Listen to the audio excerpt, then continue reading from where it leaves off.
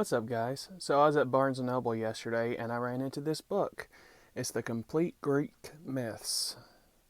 And I thought it was interesting, especially because it was only $10. So what did I think of this book? Let's do a review of that today.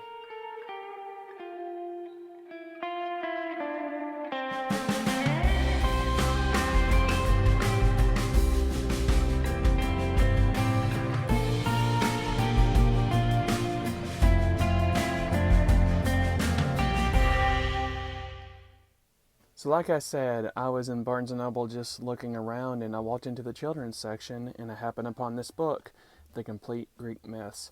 So to say if I'd recommend it or not, I'm going to let you know. So this is the cover, and then you can see the back right here. So this is meant to be a children's book, but I would say for older children. It was released by Sandy Creek, and it was a happy coincidence that I ran into this because I'm always looking for myths and storybooks to read to my daughter.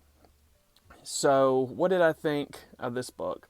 So this book goes into the myths. What I say, it's a complete guide to Greek myths. I'd say it covers probably every myth you can think of, and some of the obscure ones obviously are not touched on. So the way it's covered, and I'll show you the pictures.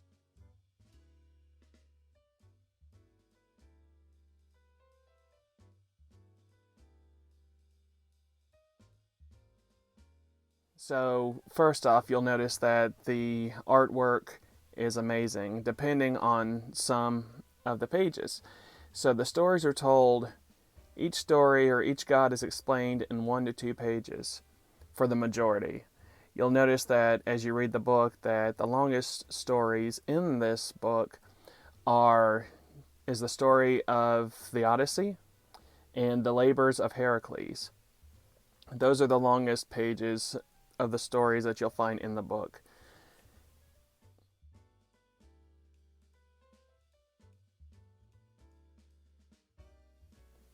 So the book starts with the creation story, and it goes through stories of the gods and even some of the minor gods and goddesses as well, which I was really impressed with, and that's what made me want to get this book.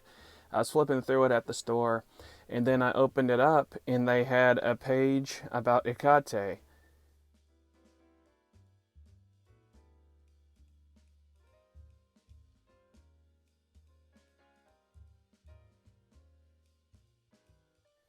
They had a page about Hestia.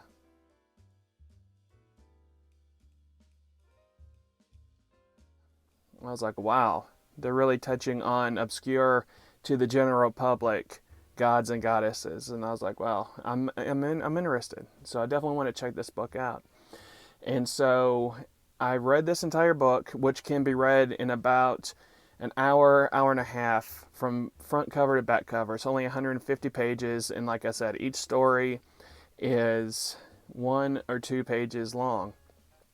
It gives the story of the gods in a nutshell.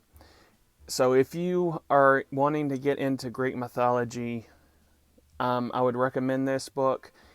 If you're someone that wants to know the nutshell versions of famous Greek myths, and you don't want to read pages and pages and pages, and you still want to know the stories, this is good. So also for children, I'd recommend this for your older children. The adult rated R portions of some of the famous Greek myths will say were edited out and more censored, obviously, because this is more of a children's book. But again, I would recommend it to adults that just want to know the Greek myths, or at least get an idea or flavor into what the Greek myths and some of the names you've heard of are about. And so I mentioned about how the artwork is beautiful on some pages, and you can definitely tell that the artwork is done by different artists, because you start off the book and you're like, wow, this artwork's amazing, and then you go through some pages and it's almost cartoonish.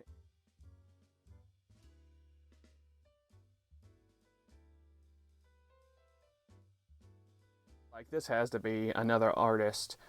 And then I went and checked and made sure, yeah, yeah, there are different artists that do the different pages, which is a shame because I like some of the art better than the others.